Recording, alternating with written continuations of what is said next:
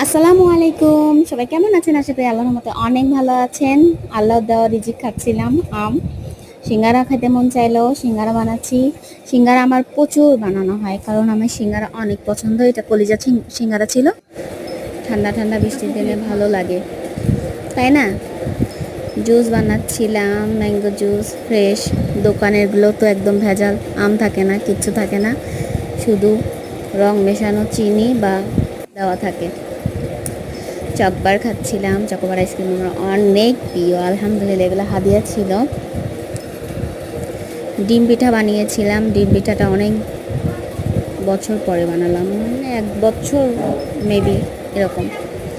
এই পিঠাটা আমার অনেক পছন্দ, আমার বেঁচে থাকতে মাঝে মাঝে বানিয়ে খাওয়াতো। পরের দিন সকালবেলা পাউরুটি দিয়ে ডিম টোস্ট করেছিলাম। পাউরুটি দিয়ে ডিম আমার অনেক পছন্দ। আকাশের ওয়েদার ভালো না, খুব বৃষ্টি হচ্ছিল। মাশাআল্লাহ, এরকম আকাশ দেখতেও শান্তি লাগে।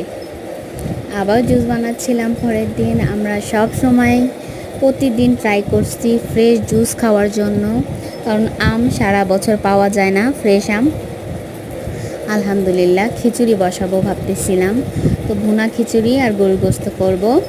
তো ভুনা খিচুড়ির জন্য প্রথমে চাল ডালকে পানি ঝরিয়ে নিছি, পোলার চাল দিব, মাসকালায় ডাল নিছি, বুটের ডাল নিছি, বেরেস্তা করে রাখছিলাম গরুর গোস্ত ভুনা করব দেখে।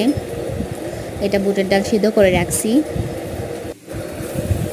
তো গরুর গোস্ত মাখিয়ে তুলে দিছি, হাতে মাখা যেহেতু গরুর গোস্ত করব এই জন্য হাতে মাখিয়ে তুলে দিছিলাম। পরে হয়ে গেছে আলহামদুলিল্লাহ, শুধু বেরেস্তা ছিটিয়ে নামিয়ে দিব।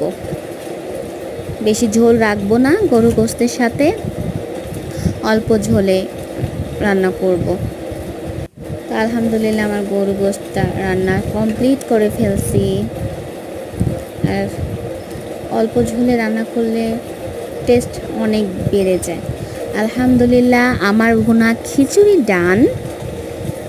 আলহামদুলিল্লাহ এটা অনেক টেস্ট হয়েছিল, অনেক মজা। আমার আম্মু এভাবে খিচুড়ি রান্না করতো, যদিও মায়ের হাতের টেস্ট আলাদাই টেস্ট। মায়ের হাতের মতো তো আর কখনো কিছু হবে না। রাতের থেকেই অনেক বৃষ্টি হয়েছিল।